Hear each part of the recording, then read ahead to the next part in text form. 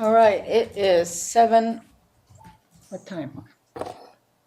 02. 7:02, and I'm Maya Hasagawa, and I'm calling what day is today? May 25th meeting of the Brattleboro Development Review Board to order. I'm going to ask that everybody who is a visitor, not a member of the board, who is online, to please keep yourselves muted unless otherwise requested. And members of the board who are online, Dan and John, you can keep yourselves unmuted. Okay. At the DRB, we hear applications for land development in the town of Brattleboro and appeals of zoning administrator decisions. Procedurally, the Development Review Board operates on the record. Broadly, this means we take a clear record of testimony from the applicant and any interested parties and then issue a written decision with our findings. Applicants and members of the public should be aware that as we are on the record, this is your opportunity to comment on and provide evidence relating to an application. All application materials and written testimony are posted to the town website as received. Hearings may be continued at the board's discretion if materially important documents are received after the deadline. In the event our decision is appealed to the environmental court, the court will not take or consider additional testimony at its hearing, but will look at the evidence from our hearing, the regulations, and determine if the evidence supports the findings and decision of this board. Only interested persons that participate in this proceeding may appeal a decision made by the board, so I strongly encourage all of you to speak up. As we are on the record, we are going to ask that you affirm that your testimony will be truthful. So would the applicants and anyone wishing to speak to an application, please unmute yourself now, and can you change the view so I can see everybody? I think she means Put it on gallery. Put it on gallery. Gallery view.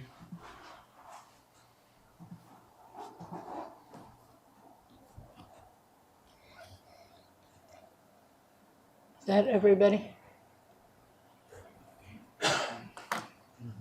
That's everybody. So who is V. Brooks? That's Vince Brooks. He's still muted. And so is Maggie. So is Maggie Brooks. Who's on the phone? And somebody's on the phone. We haven't contacted them, but if they do offer testimony, we'll try and get their name at that point. Okay, We could tell them how to unmute, okay, which I believe is *6. yeah.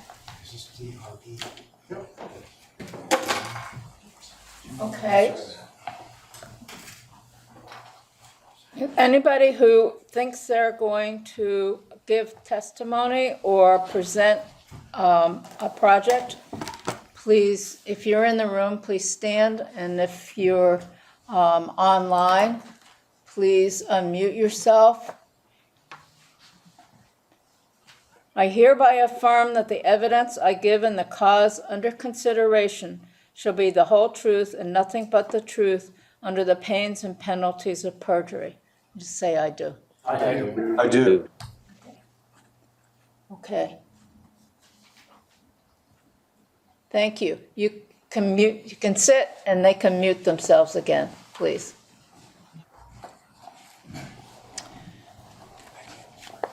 Applicants require a majority vote of the full board to succeed. That is 4 votes out of 7. We have 6 people from the board participating tonight. If we do not have a full board present to hear your application, then we will consider a request to continue your application to the next public meeting. After taking testimony, the board will close the public hearing and may vote on your application. The board will issue a written decision within 45 days of the close of the hearing. While we may vote on an application, it is the written decision that controls the timeline for appeal. It should be noted that the town of Brattleboro is a party with an interest in land development applications. The town does not have a special status before this board. Documents provided to the board by the town planning department, town attorney, or other town departments will be considered in exactly the same way as information from the applicant and all other interested parties. I have a motion, please, to approve the minutes of April 20th. And May 18th. Oh, yeah. Oh, yes, and May 18th. I so move. I second. It's been moved and seconded that we approve the minutes of April 20th and May 18. Members of the board, I'm going to poll you since it's the only way I can keep track of everybody. John? Yes to April, abstain on May 18th because I haven't reviewed them. Okay.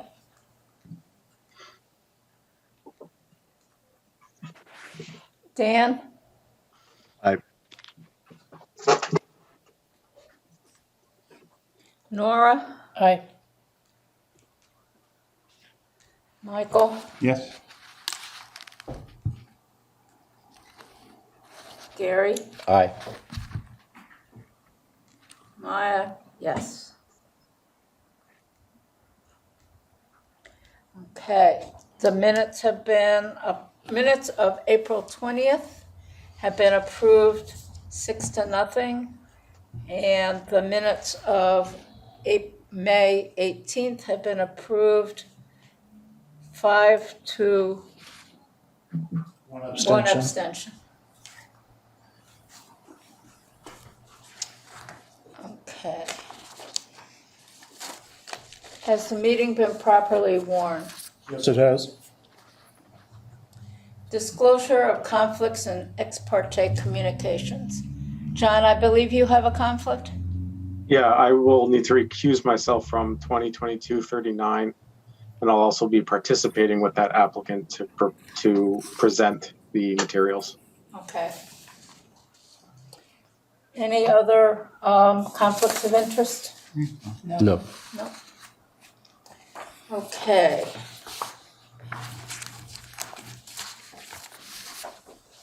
We'll now hear case 2022-37. Steve Robertson, in a mixed-use residential district, requests to adjust the boundary line between 56 Linden Street and 18 Chapin Street.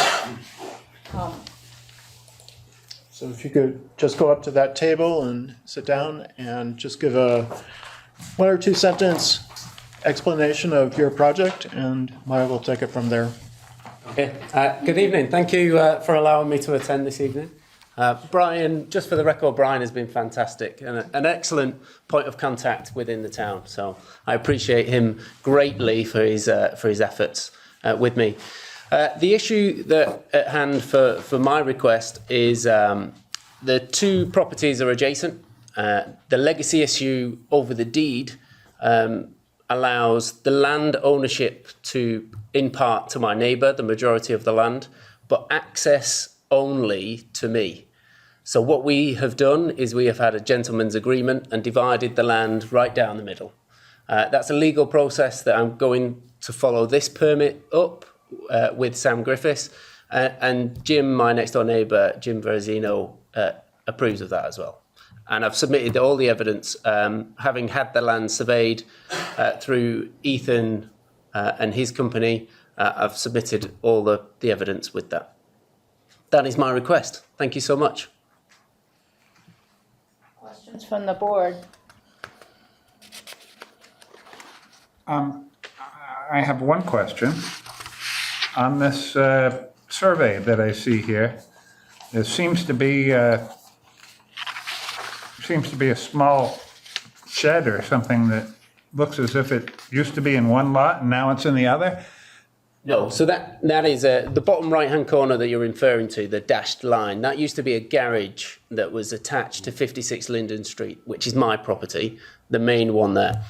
What we have now done is we have moved a small shed in that area, and that's on conversation with Jim.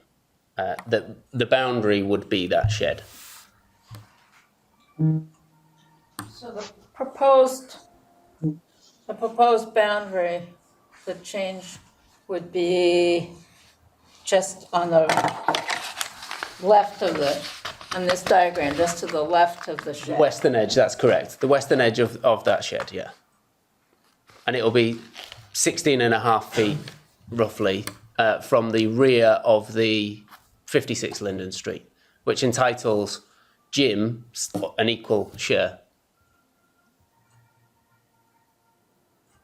That music's very loud this evening.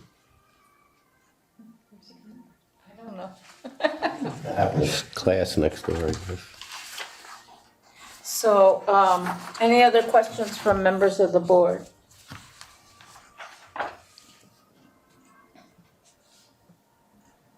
Dan or John, you have any questions? No questions. Well, I could be just missing something, but I understand the property line change, but this business of the side porch, three-season summer room, is that? That's not under consideration tonight. Okay, And it's not really a change. okay, I mean, the bedrooms are internal and he's just fixing the porch. right, okay. So that's just a permit application. Okay. Yeah. Any other questions? Gary? No. No? No? Okay. Whoops. Members of the Sorry. public? Anybody in the Wait a public? minute.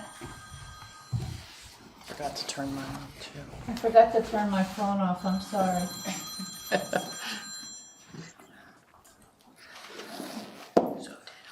It's a spam call. Of course. Where you here? Oh, dear. So, are there any members of the public who wish to speak to this application? Anybody online who wishes to speak to this application? See any hands raised? I don't see any hands raised. If the caller wants to unmute themselves and speak to this, I believe it's *6. No, they're not sworn. Yeah, they'd have to, well, I could swear them in if they wanted to speak.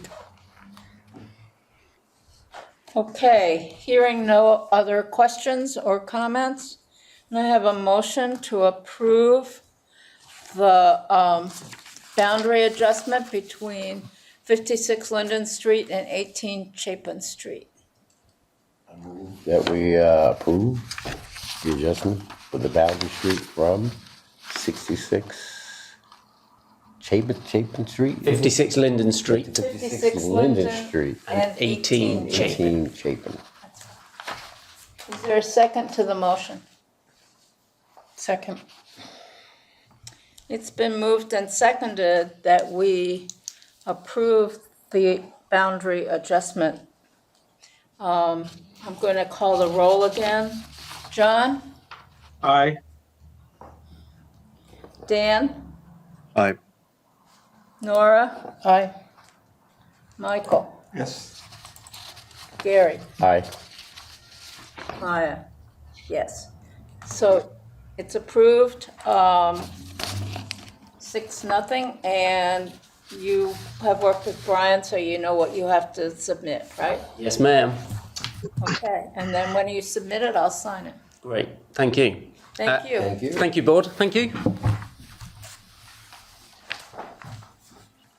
So I have everything I need, and we'll be doing a written decision, and it will be out early next week. Great, fantastic. Thank you, Brian. Okay, moving on to 2022-39. Matt Henry for Lawton Floor Designs. And I believe they're both online. I don't know how you're going to. Yes, I will. Do this. Let's see. Matt Henry is unmuted, and so is John. I'm here. Yep. Okay, who's going to talk about the project first? Mr. Henry or? Yeah, I'll go first. Okay. Well, thank you for having me, everyone. I'm the owner of Lawton Flooring, and I am trying to ask for a waiver of the requirement of any building on site, instead of it being 20 feet from our back property line, to be 10 feet. I'm trying to get permission for 10 feet. What I'm trying to do is build a storage or garage, so call it, structure to house my materials and supplies and stuff like that. Looking to build approximately 1,000 square feet, plus or minus. Some of that's going to depend on, the setbacks. The building would be 1 story high, 2 overhead garage doors with 1 man door. So just a typical little warehouse space. In this structure, basically would allow me, I'm cramped for room in this retail space. So it's been tough to have enough storage space. So it would help tremendously. So it's pretty basic and simple. Yeah, so I'm just going to speak a little bit about the requirements of the ordinance. When Matt and I started looking at putting the building, the storage building at the rear of the lot, we were trying to figure out the best way to fit it in there. And I attached a field report with just a couple of photos to give a very quick sense to all of you of what the back of that building looks like. It's very utilitarian. There's truck access, there's dumpsters, there's back doors to all the retail spaces. So we think that this is the right place to put it on the lot. It's right to the rear of Matt's retail space inside the main building. And we're also trying to figure out a way to get him the most amount of space he needs for his storage, but also not restrict or constrain use for other tenants back there. So as he described, we've come up with approximately 1,000 square feet. We're still trying to figure out exactly where this thing goes, how big it is. Cost is definitely a concern in weighing it against the needs of the company. In review of the regulation, really the main sticking point here is, as Matt talked about, is the rear yard setback. So we're before the board and applying for a waiver in accordance with, I think it's table 4-1, to reduce the rear setback from 20 feet to 10 feet. And it doesn't sound like a lot, but it can really go a long way towards making that space work for Matt and all of the tenants.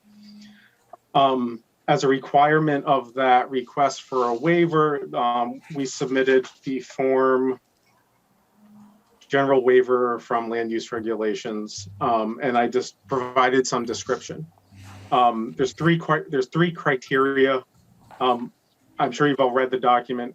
Generally, this is the service center district. Matt's business fits very well within the use of the service center, and the intent of our project is to help him continue his use there and support that use. Additionally, putting it at the rear of the property is the best location for it.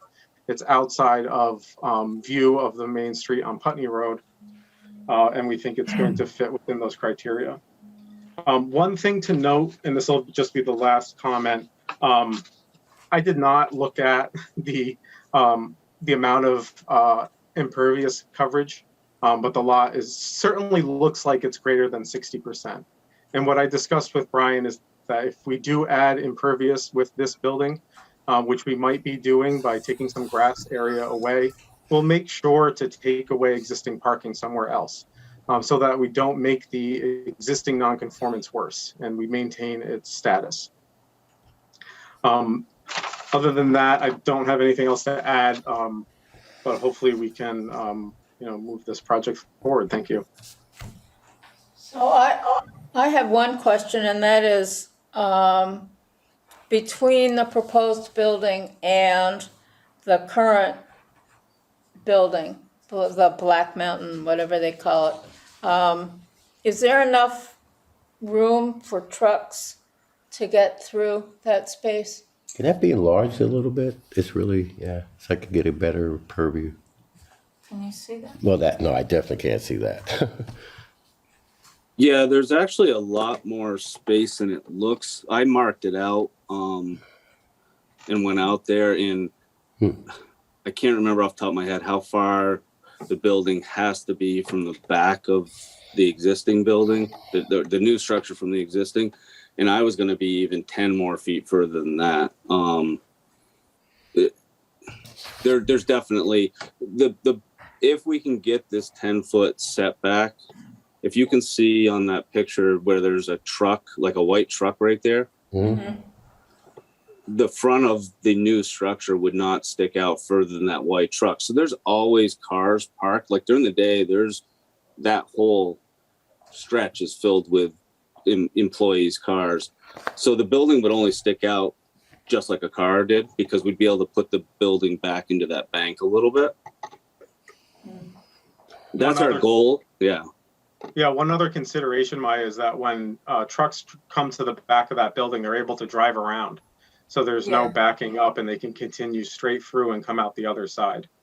I think Matt is careful about his deliveries all the time and how that works out there now. So he's very much aware of movement and access for everybody. Okay. Any other questions from members of the board? Yeah, Michael. I'm still a little confused by the drawing here. The new structure that has a cross-hatched area on the back of it, is that not part of the new building, I am assuming? Yep. Well, yeah, I can clarify that. That is the leader note that describes that hatch is indicating current grass area, which is pervious.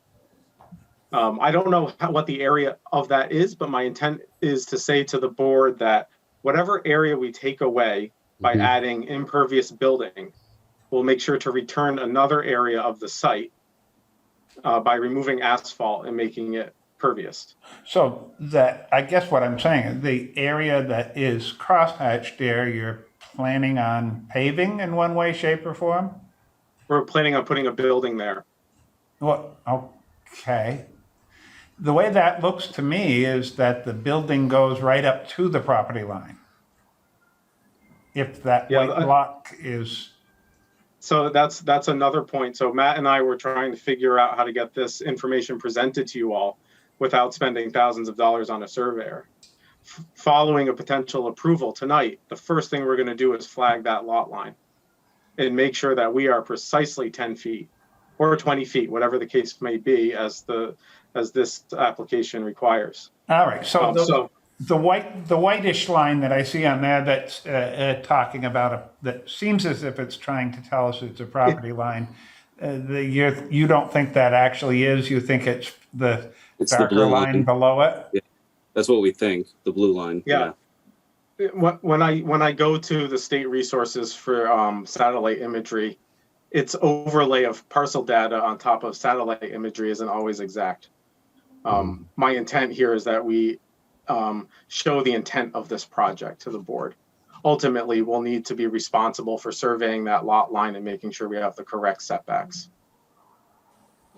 And when we look at the surveys from SVE from 30, 40 years ago, it appears that that blue line is where the actual back line is, because it appears on their surveys that it's on top of the hill. And that's kind of hard to explain because you don't see a hill here, but so yeah. We know it. We went and looked. I went and looked anyway. Yeah, we're pretty. Well, I'd be surprised to find out if it wasn't on top. So yeah. And my surveyor's sitting there waiting for my call tomorrow, hopefully. So. Does that answer your question? Yes, it Yep. certainly does.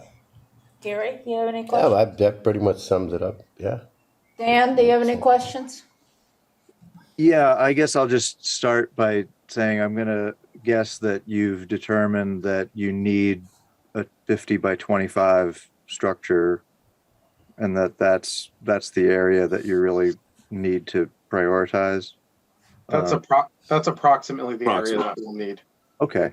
Yeah. But that necessitates this. I mean, the size of the structure is what, or the depth of the structure is what necessitates the change in the setback. Right. No, I'm just going to put that out there. And then, so since you're creating a pitched roof back to what looks like a swale in the foundation is going to be set into the hillside. Is that correct? So, That's correct. yeah, I mean, I'm sure you're going to deal with the drainage and so forth, Right. but the drawing you gave sort of shows sort of like a French drain type of situation. Is that kind of what you're going for? Yeah, we haven't determined those details yet, but we know that they'll need to comply with the regulation. Right. No, okay. Fair enough. So the reason I'm asking all that is this going to be heated or not? Yes. It will Yes, because that's, for me, I can't keep my flooring material in an unheated space. be. Gotcha. Yeah. So Right. that's actually very crucial. Yeah. Yep. So that's going to create, I mean, you're going to have a concrete foundation, whatever the heating source is, but that swale is going to be, well, depending on how you do it, but it's going to be somewhat heated by the structure. So you'll have good drainage. I'm happy to hear that it's heated. That's basic. Absolutely. Mm-hmm. And there's a drain in the parking lot, like a manhole drain, about at the northern corner of the building, somewhere in there. So I would assume we'll be able to tie in through there Can't see it. also. Great. Yeah. Yeah. And I just had another thing that I know that Sandy Harris isn't an applicant, but and I appreciate that she signed the authorization and so forth. As long as so as long as she's been made aware of all those changes with the truck traffic and all that. Yep. Yeah, that's great.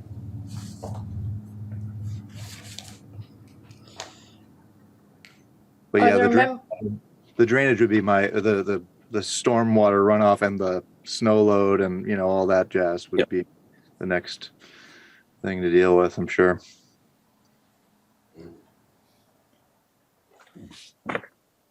Are there members of the public who wish to speak to this application? Anybody here? Anybody online? On phone? Looks like a hand is up. No, That's Suzanne. no hands up. Oh. Okay. I couldn't tell. Oh, sorry, there is a hand on the phone person, so they have not been sworn in, so, If they come online, I will swear them in. oh, sorry, it was my cursor. That's you. That was your hand cursor. Yeah, that was what you were talking about, it was my cursor. I'm like, oh, okay. That's Suzanne. I'm new to this. Technology's wonderful. Are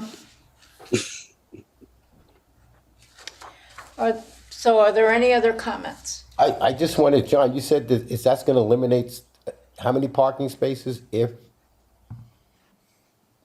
We haven't counted parking spaces, and even so, it would eliminate employee parking spaces at the back of the building, and I would assume that to be a much lower criteria than public parking. Okay. Just one more thing, and I'm not gonna, do we have a slide for this? It's kind of hard to really This one, This is a scan as well, so it may yeah. not be any better. Peek at that to see what this was. I have it on here if you want to see it. It's a little bit There you better. go. It's a little better. Yeah, my, No, you can, now what's that back there? That's, Just the back of the building. Basically between the truck and the storage Looks like there's a little machine is fence where or it's gonna something. be. yeah. okay, well, that truck is okay. Yeah. So narrow, No, it looks okay. like a container. Yeah, Yeah, between the truck and the container. Right. Yeah. Well, I have a container there right now storing stuff. Yes. I don't know what picture you're looking at, but I'm assuming that's what it is. Yeah, Yep. yeah, Yep. yeah. It's the one that captioned the proposed building will be between the container and the truck. Yes. Yeah, it'd be right in that spot. The container would go away, obviously, and Right. that would be I'd love to get rid of that container. Since we're talking about the parking, just to get back to Gary's question, I'm just going to guess that we're talking about 6 or so parking spaces. Is that, 50 plus feet, depending on where you're probably going to have a fuel tank of some sort, maybe on the side. Well, the fuel tank, if you look on the other photo, let me get to it. There's a 1,000-gallon propane tank right there. Currently, Actually, there's 2 of them. I see. Oh, is that behind the fence? Oh, that's what that was, okay. Yeah. So there's 2,000-gallon tanks south of it. So we would just be tying into those. oh, you'd be tying into those. Okay. Yeah, because that meters our whole building, so we'll just run a meter over to it. So And that's your trash removal container next to the truck? No, that's his current storage container. Oh, sorry. the trash containers are just to the right of that, Oh, right that is- in front of the white truck right now.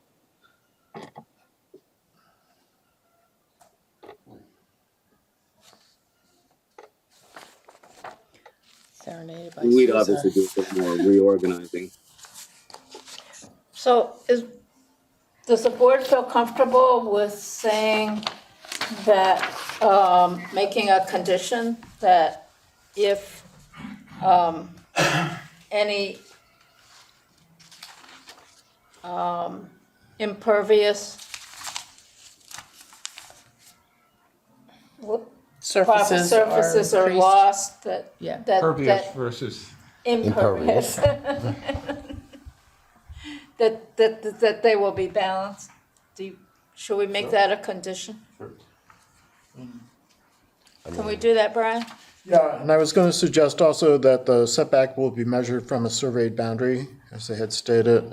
That it will have to follow the commercial building energy standards, whichever of those standards is appropriate for the design. And that the final design be subject to ZA review and approval. Yeah. Yep, it would anyway, right? Usually it's finalized when you folks see it, but it sounds like it's going to be modified somewhat. Yeah, I'm fine with letting Brian approve the building, the final building. yeah, we won't see this Yeah, again. yeah, we don't need to. Right. Okay. With the addition of those conditions, can I have a motion to approve the waiver of the rear setback from 20 feet to 10 feet? I move. I second it. I think that was Gary and Mike? Michael. Okay. John is not voting. Dan? Aye. Nora? Aye. Michael? Yep. Gary? Aye. And Maya? So that's 5 votes out of 7. And your waiver is approved. Thank you. And Thank you. Thank you. the conditions that we just talked about will be in the written decision, so you can Okay. take a look at them. Excellent. Thank you. And I will Thanks for your- I will try to sign them early next week, Okay. after the holiday. Okay. Moving on, 2022-40. Derrick Brooks for District 802. Request for conditional use and site plan approval to operate a 3,500 square foot cannabis indoor grow facility at 73 Main Street. Okay, do you want to introduce yourselves and talk to us about your project? Absolutely. My name's Derrick Brooks. This is Aaron Howe, my partner. Andrew Subin's also on the Zoom call here. He's our attorney representing us as well. So we have applied for Tier 1 cultivation, which is 1,000 square foot. We're wishing to do this in 73 Main Street. This will be a non-public facing business. And yeah, we'll start with that. Okay, everybody knows where this property is, right? It's the basement of Echo. Okay. All right. Echo, the basement, okay. It's the far back, The way back. way back by the train tracks, lowest level. Correct.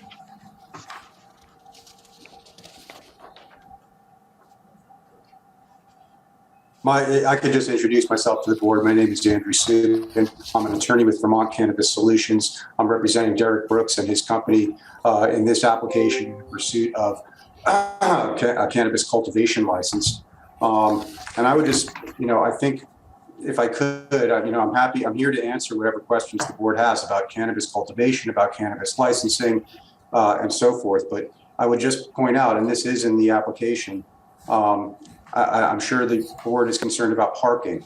This business will have 2 employees and is not open to the public. So, the parking concerns are I think, not what the board may anticipate from other businesses. There really is not going to, the 2 employees who are the 2 owners of the company, they have to park to go to work, but that's it. And it will not be open to the public. No exterior signage. The idea here is that the public never even knows that this business is in this location. The board, I'm sure, also has questions about odor of cannabis cultivation. The build out and the interior of the building, incidentally, no exterior changes at all. But in the interior, there will be new drywall, new surfaces on the walls, including a vapor barrier, and that's going to go a long way towards containing odor. In addition, there's a plan to install charcoal scrubbers, which are very effective in reducing any residual odor that there might be. So the actual odor that will escape from the building, I think, will be minimal.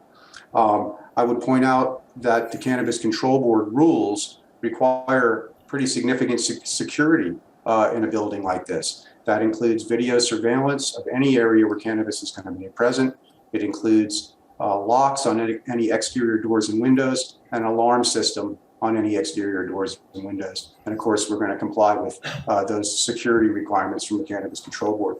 And lastly, it came up in the last discussion about commercial energy standards, but we do intend to comply with commercial energy standards. The building will be subject to a fire inspection by the Fire Marshal's Office. So both in terms of fire safety and use, consumption of electricity, all of those things will be within the guidelines that have been established by the Cannabis Control Board and the Fire Marshal's Office.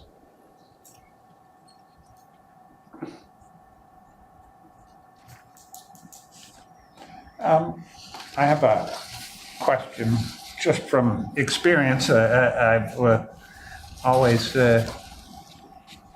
can get a pretty good feel where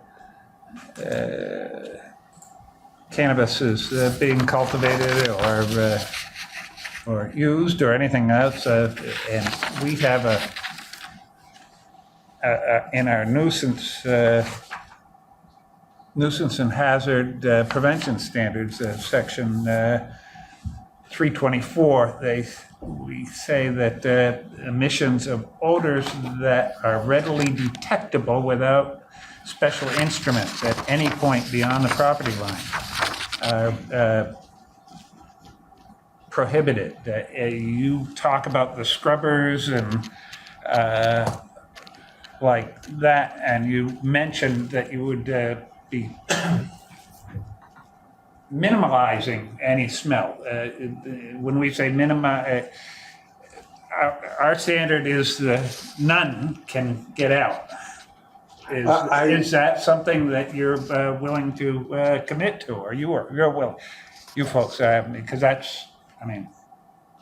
So our intention is to eliminate the odor as much as possible.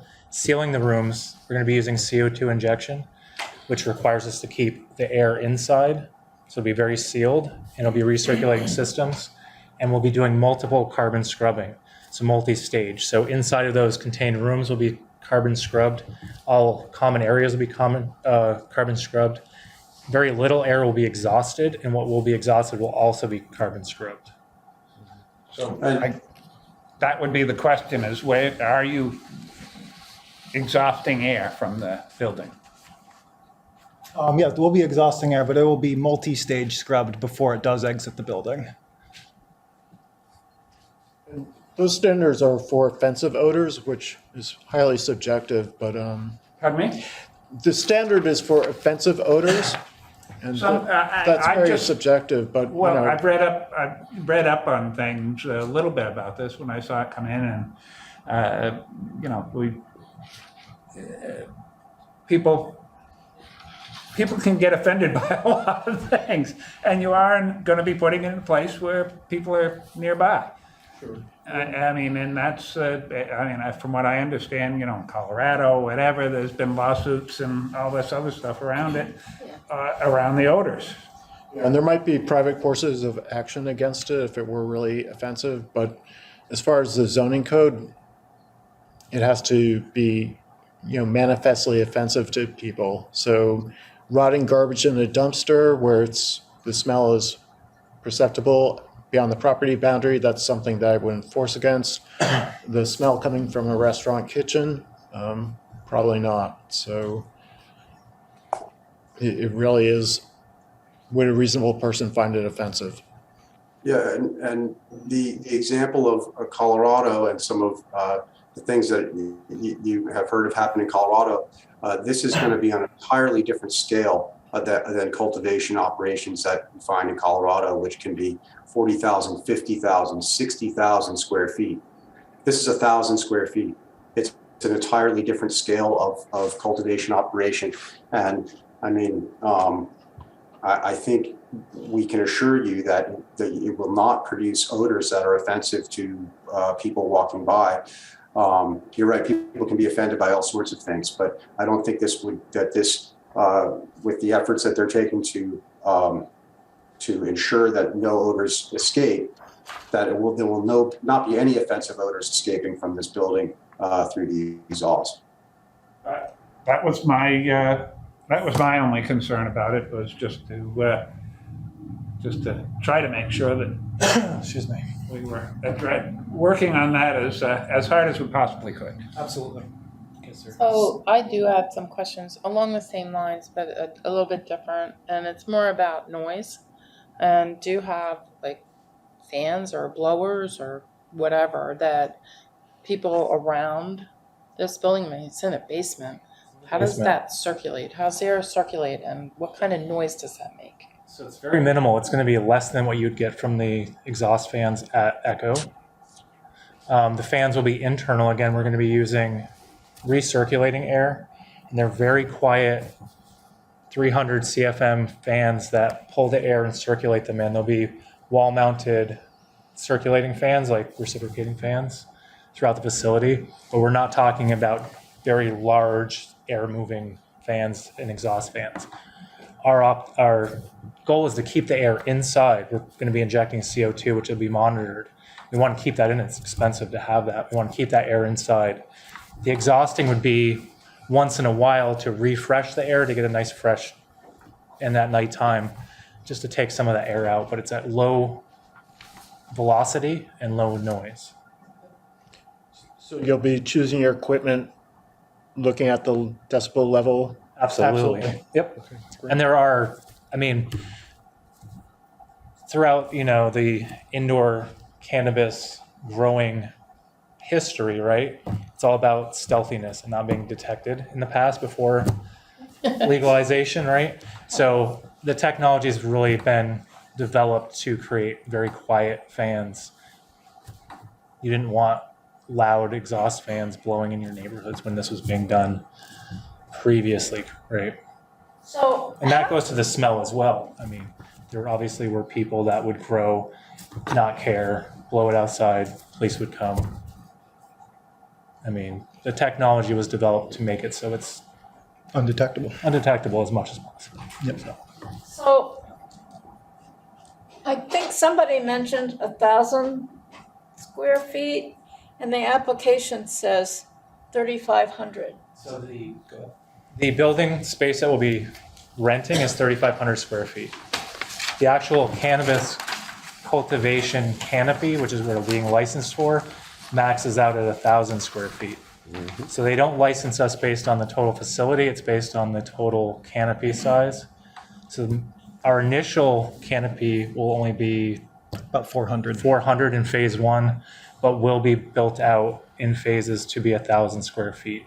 So we'll have bathrooms in there, a bathroom, and office space and trimming space and some other spaces. So the whole facility will be 3,500 square feet. But we're going to be applying, or we have applied for the smallest tier micro cultivation. So very much craft cultivation, not large scale. So you're just looking right now at the 1,000 square feet is just phase one in your 1,000 diagram? square feet is the fully licensed. What you see in Canopy. phase one there is 400, actually. So that'll be a 400 square feet of canopy space in that phase one that you're seeing right there on the diagram. That includes both rooms? Yeah, 400. With the plan to add on later in the future, each one will be roughly 200 square feet of canopy space. So as we add on rooms, it'll be roughly 200 added each time. So maximum of 1,000 square foot of canopy as licensed, with the rental space 3,500. Excuse me.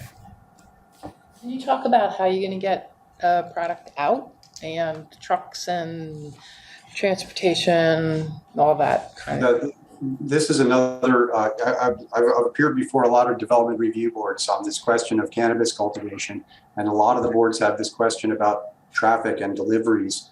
I think there's a misperception about the frequency of product leaving the facility. Most growers are looking at between 4 and 5 cycles a year. And so four times a year, you're ready to ship out what you have grown and cured. The volume there is, probably less than 150 pounds. So you're talking about the back of somebody's car 4 times a year. It's not like trucks coming and going every day. It really isn't. Not for a grow of this size. So again, the vehicle traffic is really not significant for this project, with no employees other than the 2 owners. And, as I said, product leaving the facility approximately 4 times a year. Delivery is very regulated as well. So it's tracked. We have to record when we're going to be leaving the facility with product. While we're going, it's still like if we're bringing it to a retail store, we have to track our mileage to that store and where we're going to be going. And it's very well regulated and tracked. It's coming out of the back. It'll be coming out the back. Yeah, we're not going to use the front of the building at all. We'll be using the back entrance and improving. That will be the only changes to the building exterior. We'll be improving the loading dock that's there. It's boarded up and broken down. We'll improve that. And talking to the landlord, we'll get that painted back there. Right now it's full of graffiti. We want to clean it up so it's presentable, pleasant. But there will be no retail, there will be no traffic in and out, and we're actually regulated on who can come and go.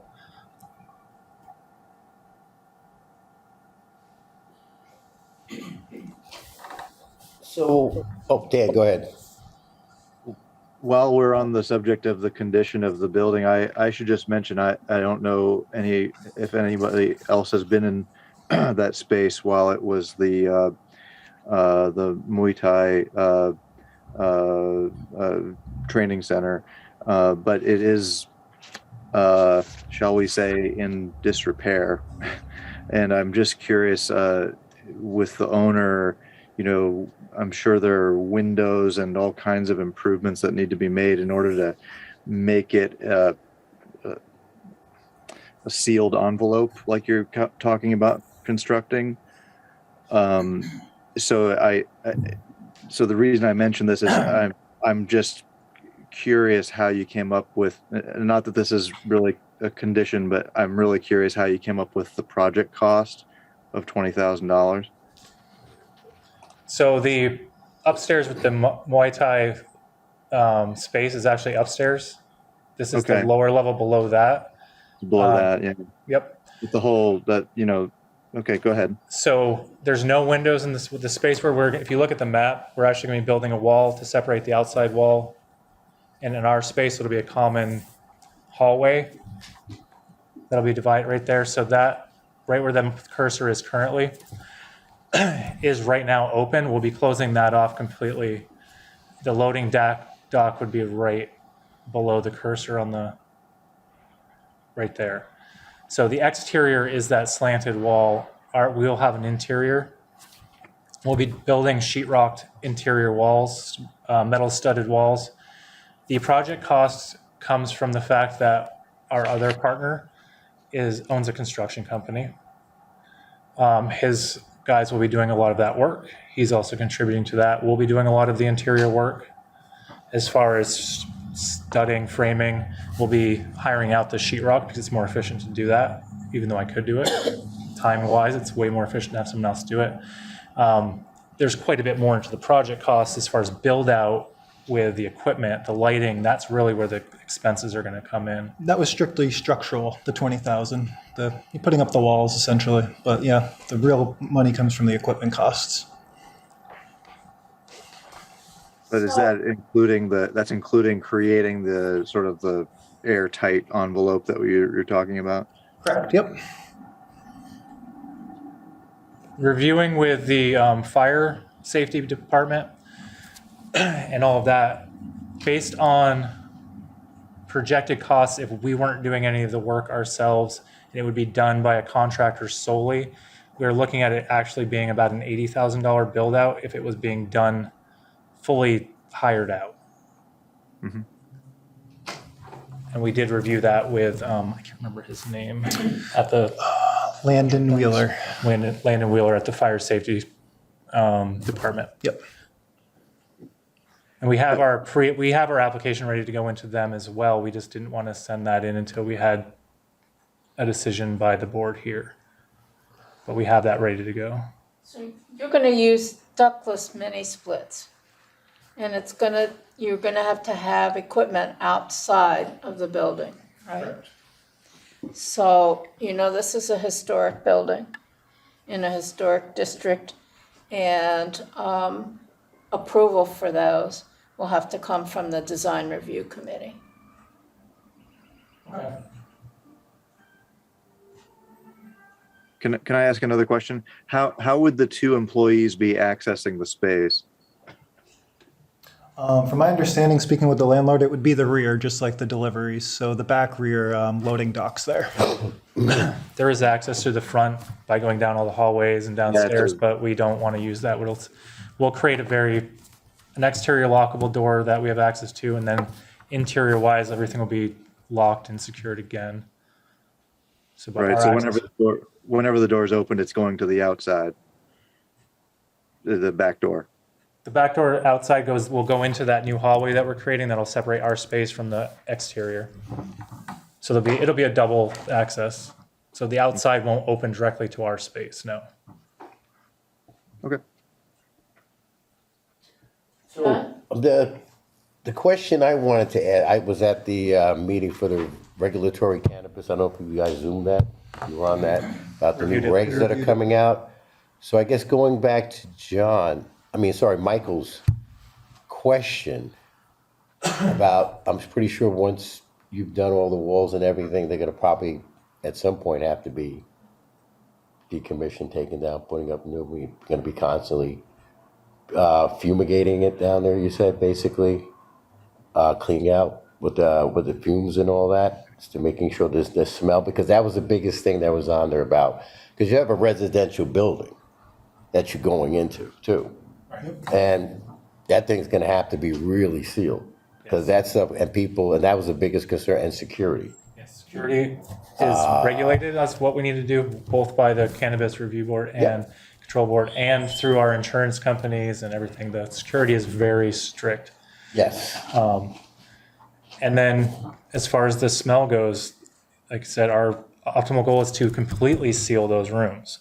Obviously, I can't say it'll be 100% sealed, but that is going to be our goal, is to seal those rooms to as close to 100% as we can. We will have CO2 monitoring in there so that we can monitor the CO2 levels, as well as as regulated by the fire safety department or office, to ensure that there's no escape of CO2 into the building. And we will have VOC sensors. We're planning on doing automation in this space so that we can sense temperatures, humidity, carbon dioxide, and VOCs. Even though these are organic compounds, it'll still be classified as VOC. We can monitor that, and we'll have that recorded over time so that we can monitor that as well. So we are going to be very aware of the environment that we're growing in and producing so that we can control that. If we see high levels exterior, those would be mitigated very quickly. I don't anticipate that at all, though.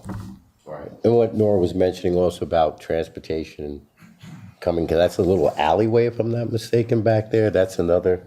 We won't be using that space. I live right downtown off Elliott Street. Gotcha. So when I'm going there, for the most part, depending on the timing, I'll be walking there. There's no parking down there for us anyway, so we won't be driving down there to park. We would be parking somewhere on the main drive. On Main Street, either in the parking garage or one of the parking spaces. Probably Derrick will get a permit in one of the spaces, and we'll be walking down to that. Other than we have to bring in materials or equipment or things, so we'll drive down, put them into the loading dock, and then go out. But again, very little. It won't be any kind of constant deliveries or any kind of traffic like that. How long will it take it to get going? Do you know? Well, we're waiting for licensing to be finalized. They're very behind right now on where they're at, so Andrew probably could talk a little bit about that. The control board to date has issued 4 cultivation licenses. They have received hundreds of applications. So when the licenses are coming out is a great question. They were supposed to begin coming out about a month ago, and as I said, it just started to trickle out now.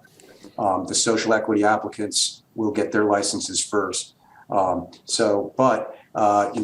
that over the course of the next few weeks, we'll see a significant number of licenses come out, and these guys could have their license, within a month or so. So as soon as we are licensed to operate, we will then begin construction on the space because of the significant investment of that. We will be signing the lease upon your approval.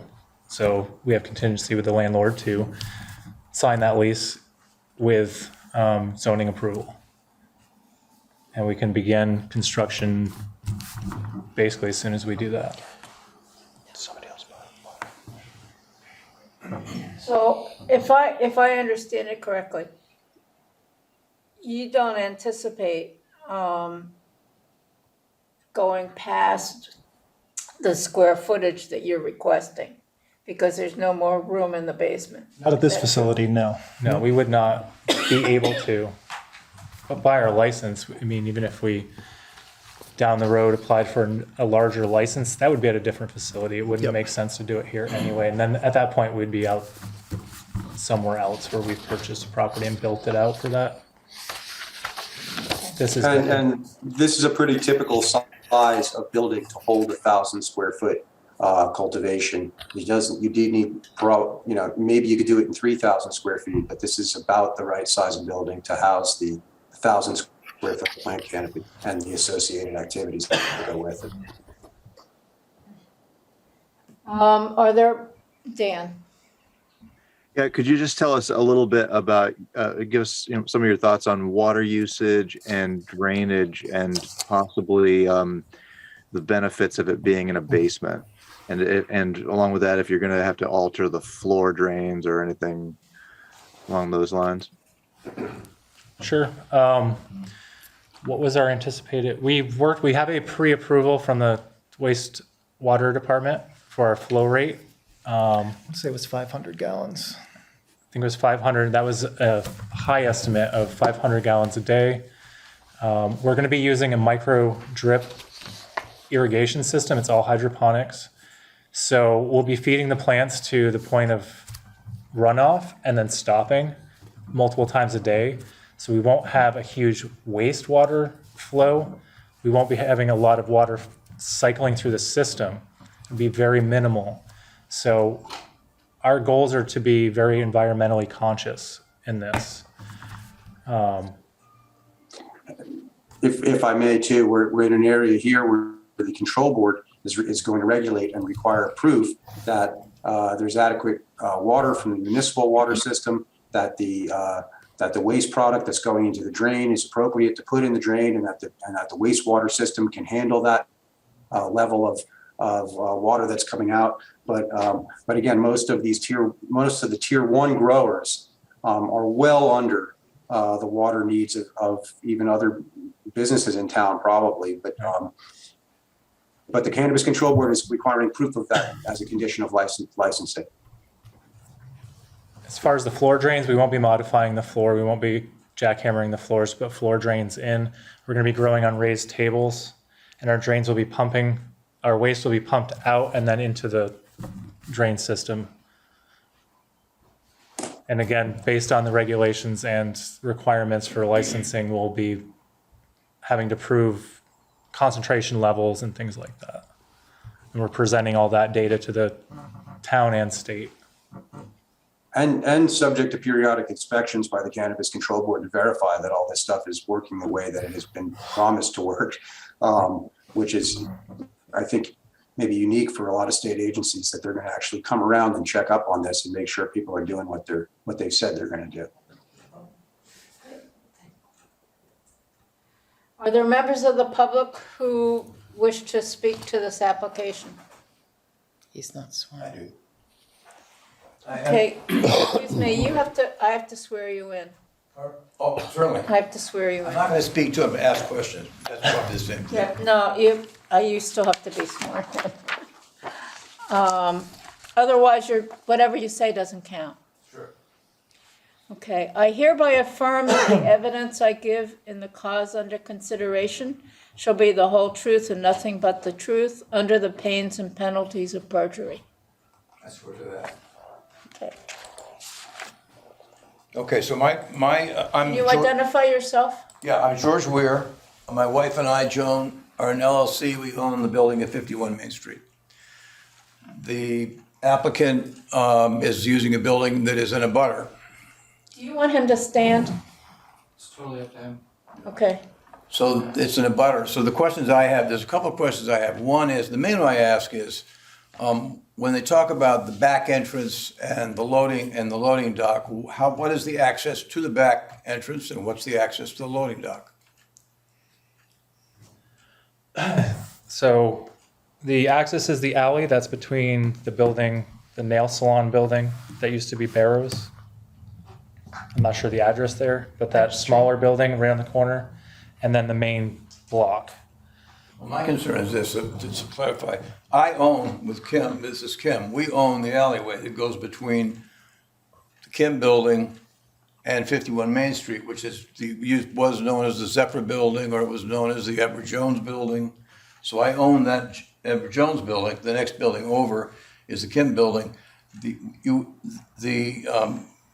it 72 Main Street? Is that what it is? Anyway, it abuts, or 73. It's the only part of it that abuts is the building's a strange shape. It goes, I guess it's east and west, and then there's a kind of a dogleg that goes over to the south. So my concern is, will that alleyway, what I call the alleyway, between Mrs. Kim's building and my building, is that something you intend to use? That is our understanding that that is the right-of-way access to the rear of the building for the entire. That's right, so you would use that, okay. So, and you know legally you have the right to use that? That's what our You've understanding been is. told that, okay. So you should probably review that. I'm gonna review it again. The other thing I have a question is how, when you talk about use, how much use? You've said very limited use of the alleyway, but there's a construction phase as well. So how long would the construction phase go for? We're looking at about 6 weeks of construction, 6 to 8 weeks. And how many, and the access would bring material in there? And that, so that would be, you're not gonna hand carry lumber, so you're gonna bring, it's gonna be parking in there? No parking to be done inside that area. So any material would be brought down the alley, brought down to the loading dock, loaded into the building, and then delivery would leave. So no parking in the, no parking at the loading dock area as far as you know? Just during loading, but we would not be obstructing that. It's a fire right-of-way, a fire, my understanding is it's a fire, what's it called? Because of the apartment buildings that also use that in order to get to their homes and things like that, we have no way to park there. So if you could just confirm, there's an alleyway here between the buildings, and then there's Arch Street that goes behind the building. So. So, no, Are we all so- talking about the alleyway? We're talking about Arch Street. Arch Street. You're gonna use Arch Street, not the alleyway? Yes. Right, the alley is, We have no way to access our unit from that alleyway, from my Right. understanding. That's what I wanted to clarify, that the alleyway is, I own that. no, so we would not be using that. That doesn't go all the way back to the railroad tracks, does it? No, it does not. No, so That's Arch, used by- That's used by agreement with one of the Okay. tenants in your building, but that's, so our, That's the so that was my misunderstanding. So yes, Arch Street is the, Is how we're going to access. we consider it an alley, but yeah, I guess it's an actual street that goes down. That's how we would be accessing the back. And our space would be, if you look at that square, so there's two squares. Our space is the back of right there. You can see that angle right where your cursor is. Yes, that's our space. so my other question then is, and it has to do with the venting. Venting, there'll be some odors that are gonna get vented. Are those going directly toward the railroad tracks? What direction do those go? Be out toward the rail. We're at the very lowest level, and that would be any venting that does occur. It's going to be very minimal, but it would go out through at ground level toward the railroad tracks. I think that satisfies me. Are there other members of the public who wish to comment on this application? You see anybody, Sue? Nope. I do not.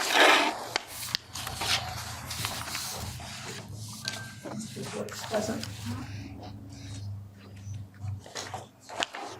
Okay, I just want to ask one question too, Mike. Is there going to be construction going on downtown, which will be starting? Is that going to interfere with your time in getting things going in and out? Because that's traffic and all that. I don't see any issues there. Okay. Like I said, we'll be going down Arch Street, delivering materials into that space, leaving. We won't be using Main Street really at all, other than making that turn down there. It's going to be a very small construction crew doing this. Myself, Derrick, the other partner, a couple of his guys, a couple of my guys. You know, it's very like, this is a very grassroots home built Brattleboro kind of thing. That's it. I'm a business owner in Brattleboro. The other partner is also a business owner in Brattleboro. And it'll be minimal noise. Nobody will hear you. Yeah, I mean, we'll be doing normal construction, hammering, sawing to build this out, but nothing different than you'd expect in a renovation or build out. Exactly. Okay. okay. Are there any other questions from members of the board?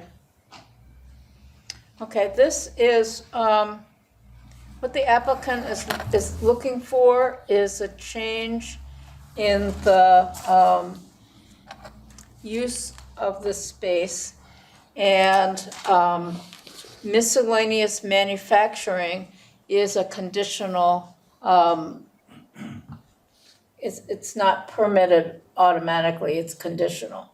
So they have to come to us for permission. So, are there any other questions from members of the board?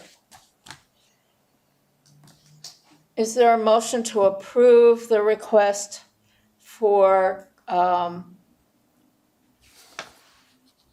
change in use to miscellaneous manufacturing? A motion.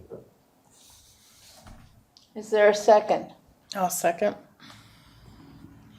It's been moved and seconded that we approve the request for conditional use as a miscellaneous manufacturing facility at 73 Main Street. Okay, John, Yes. Dan, Aye. Nora, Yes. Michael, Yes. Gary, Aye. and I'll vote yes. So you have approval, 6-0, and you have to understand that you have to get all your state permits, and where you put your mini splits, the outside part will have to go before the design review committee. Thank you. Thank you very much. Thank you. Thank you. Okay, before we adjourn, You can go.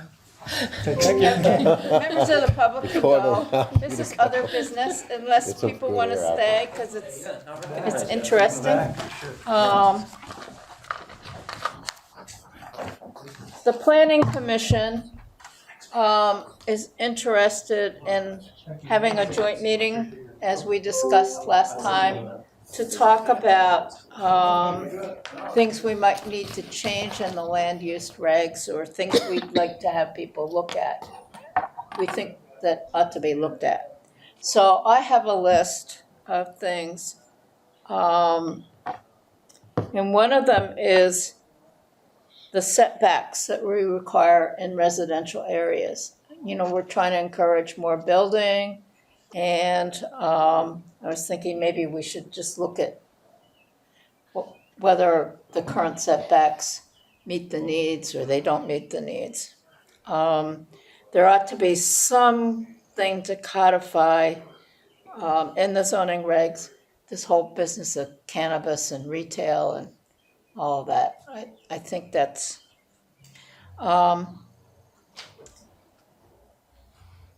and when, part of what brought this to mind was the whole, for Tom and me, was this whole question of energy conservation and whether we needed to be more specific in the regs. We say to the extent possible, that people will do certain things. Do we need to be more specific? And then I have just something I'd like to talk about, and I think we mentioned this in the design review committee, which is the whole question of demolition. And I know some places like Boston and some other places have, I think one of them was Charleston, South Carolina, that I looked up, have very specific regs on demolition. And it's something that maybe we should just talk about. So that was my list, and I don't know if anybody else came up with anything else that you think we ought to talk about? I guess mainly just like we were speaking about before with the cannabis, and the new regs that are coming down. After having that meeting, I don't know, were you on that, Sue? We have to look at that. I really think we should get some information on that more also, because there's gonna be a lot of applications coming in for that. So that's just to educate ourselves in that as well. Dan? Yeah, I don't know if this is covered already, but along with the setback issue, I'm glad that we just had an example with the Black Mountain Square setback question, and specifically the elevation of the distance, right? So if you have a very steep slope with only 10 feet, then that's a different thing than a very flat piece of property 10 feet, right? So in any case, it comes up in other cases, and I think that I would want to add that to the, but then again, I don't know if it's covered anywhere already. The slope of the grade of the setback. I don't think so. Okay, well, I could bring So- up, I mean, So There's- when we talk about setbacks, that's one thing we could talk about, is how you measure yeah. and what difference the slope makes. Anybody else think of anything? I had- Sorry, go ahead. I Sorry, had Michael. one thought, and it was having to do with the, once again, in the nuisance area. And I guess it might be nice if we had a little bit better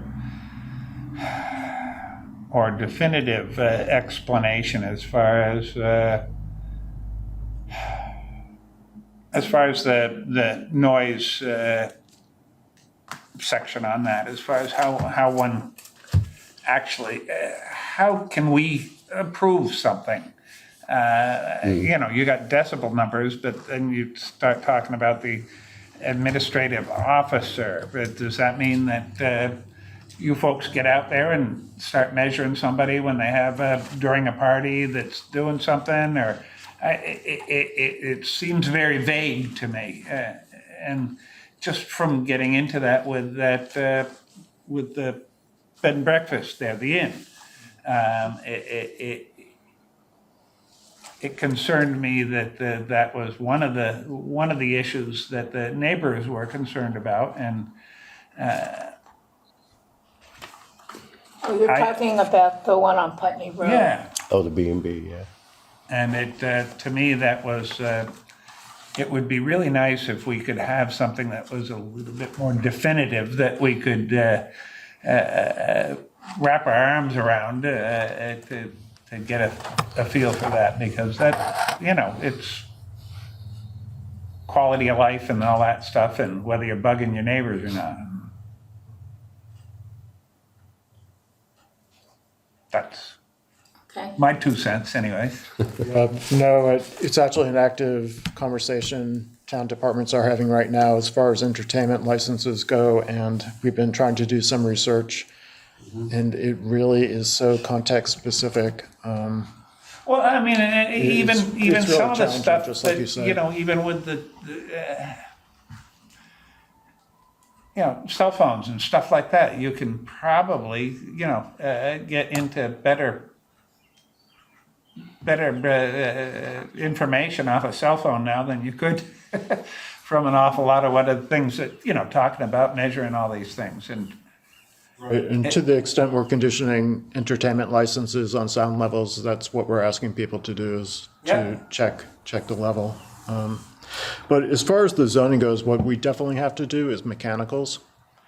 Something that's going to be regularly producing some noise level has to meet those standards. And then for the B&B, it's if there's going to be recurring events, and that specifically is the conditional use you're reviewing. Again, it's context specific, so I don't think we have a really clear-cut answer. It's really something the board has to chew into. like I say, that, to me, that area could use a little bit of buff and polish, that's all.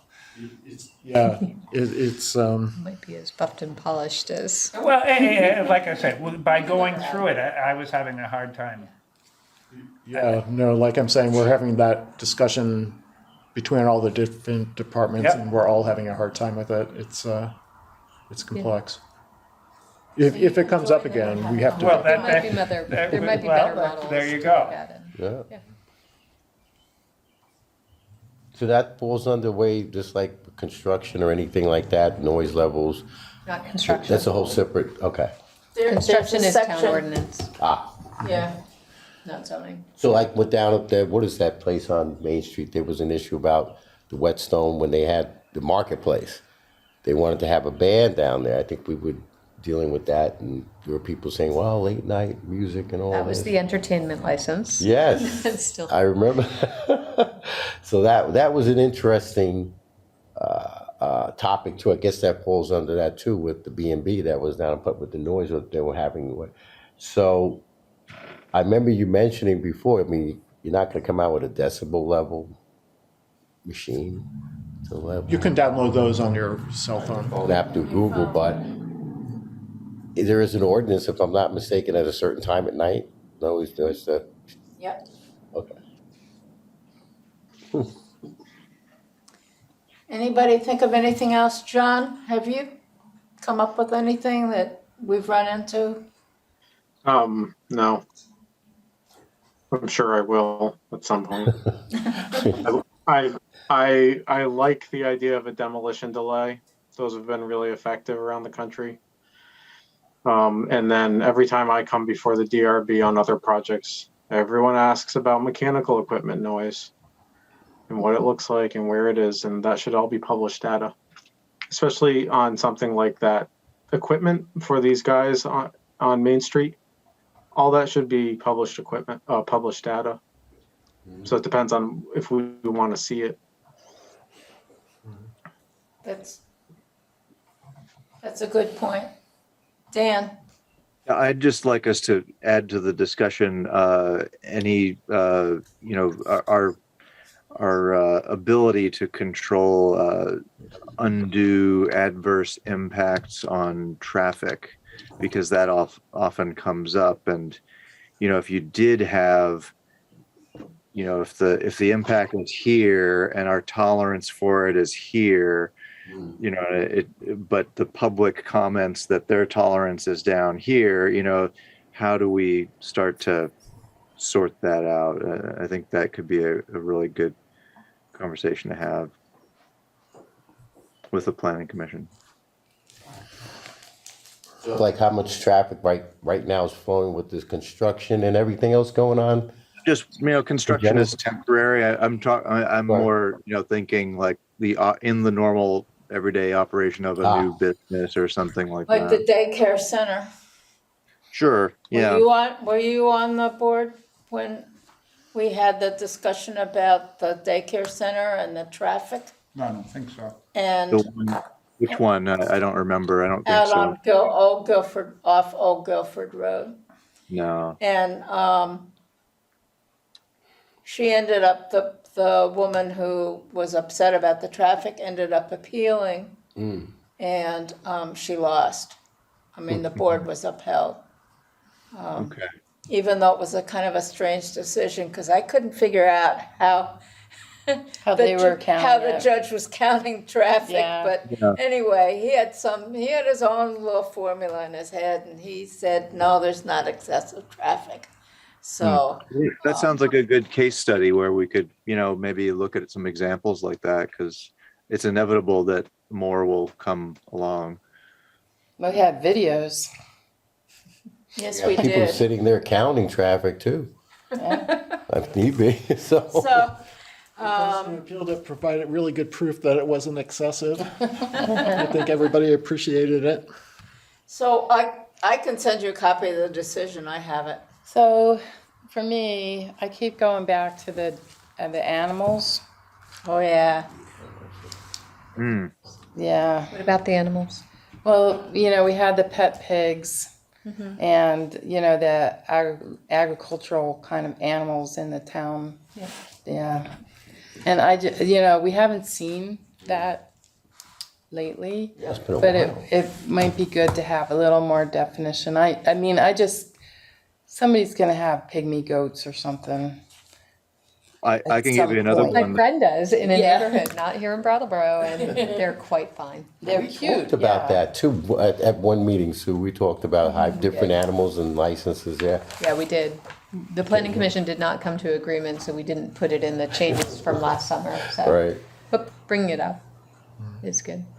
There's another example that is allowed under ADA accommodations for assistance animals, which is mini horses.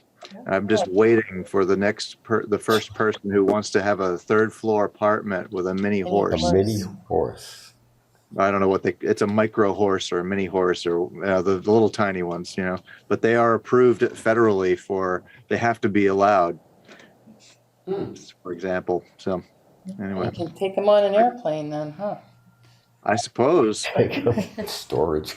I guess they're about the size of a Great Dane. So,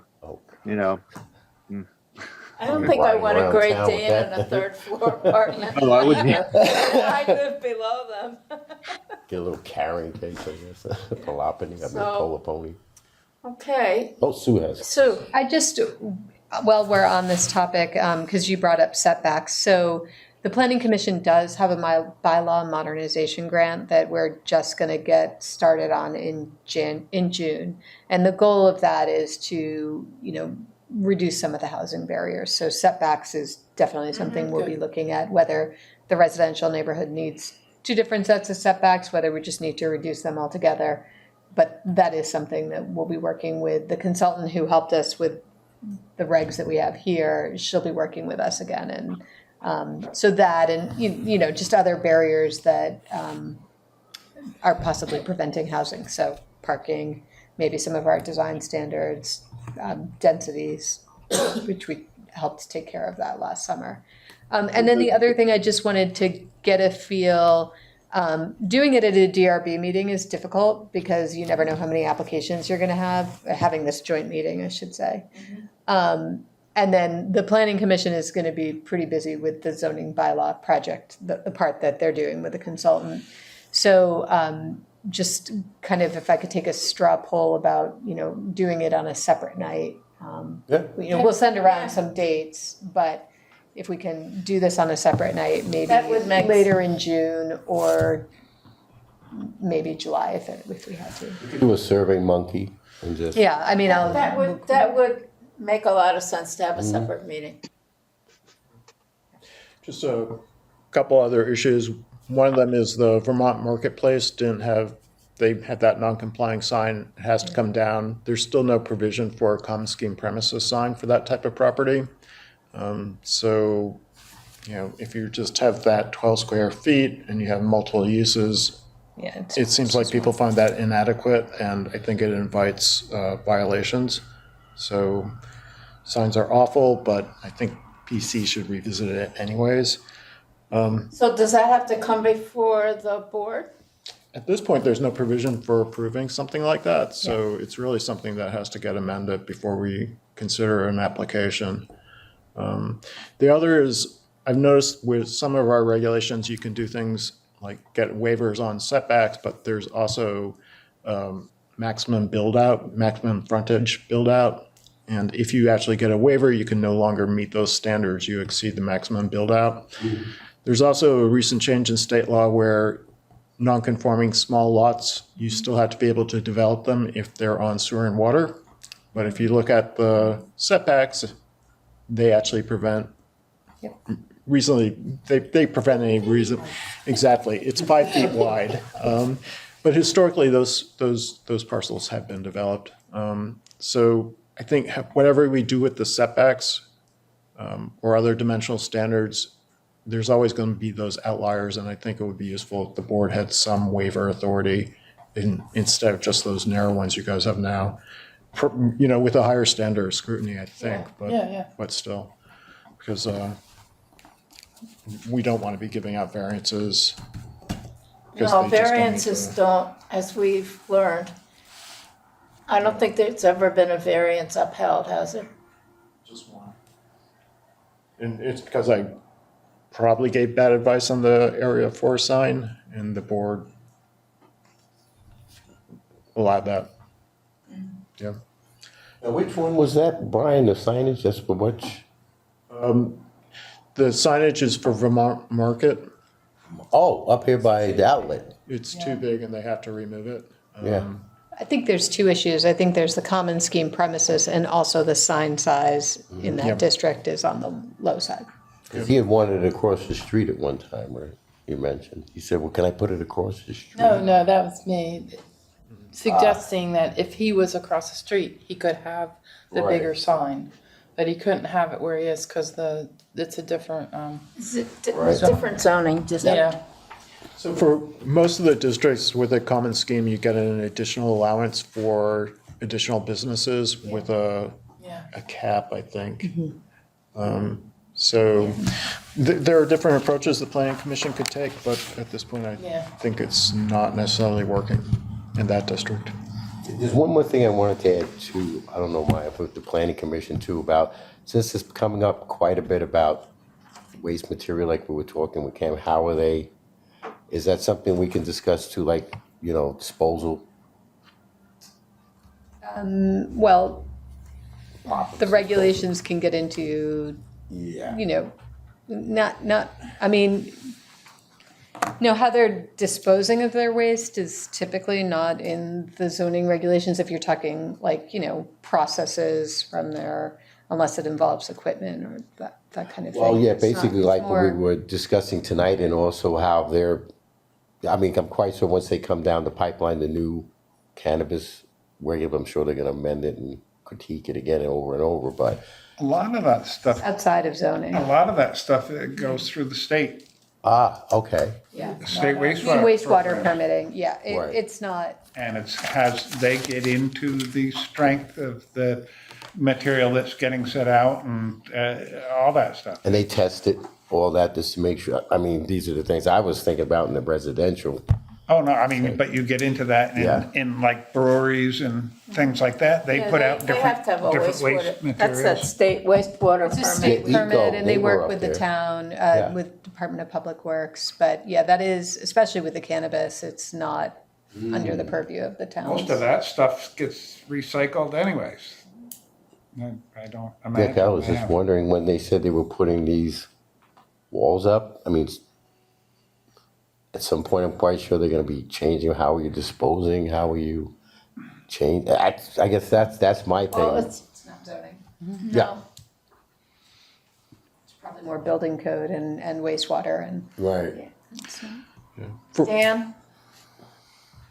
Sorry, before we got on that, I just want to call back to what Brian was talking about. The lot size and frontage issues for, I guess they're non-conforming lots. Is that going to allow us to address the issue of the buildings that are, let's say, overbuilt, that owners are concerned that if the building burnt down, they wouldn't be able to rebuild? Is that a separate issue, or is that what what you were referring to? It's within that class, and you know, probably what you'd look at is the character of the neighborhood or the historic development pattern of the neighborhood as a basis for review. So in some of the historic neighborhoods, you see building right up to the line, or you see very small lots developed. Maybe that's how the planning commission would have it reviewed, but. But the understanding, what I'm getting at is the understanding I have heard is that some owners are concerned that they wouldn't be able to rebuild either in the same footprint or at all in the lots that they own. Is that what you're getting at? In some cases, that's true. Yep. Okay, so that would be great. That would be good to address for sure. Are there any other comments? I guess one more thing, June's coming up, terms. Are we recycling? So Nora's up and she's put in an application, and Michael is up, and I haven't seen your application. So Put it in. you did? Oh, okay, great. I can check. to I make- was afraid you were I going to got the abandon copy, us. the hard copy. You're not abandoning us, are you? No. I thought I sent it in. I can check my sent email file and see if it went out. But I know I typed it in. I typed it up. And I'll look for it. And there still are alternate positions, so if you know anybody who's interested, send them our way. We can chat with them. Yes, there are 3 alternate vacancies. If anybody's still watching this, please apply. Talk to Brian or Sue about applying. Come aboard the winning team. Like was pitching him.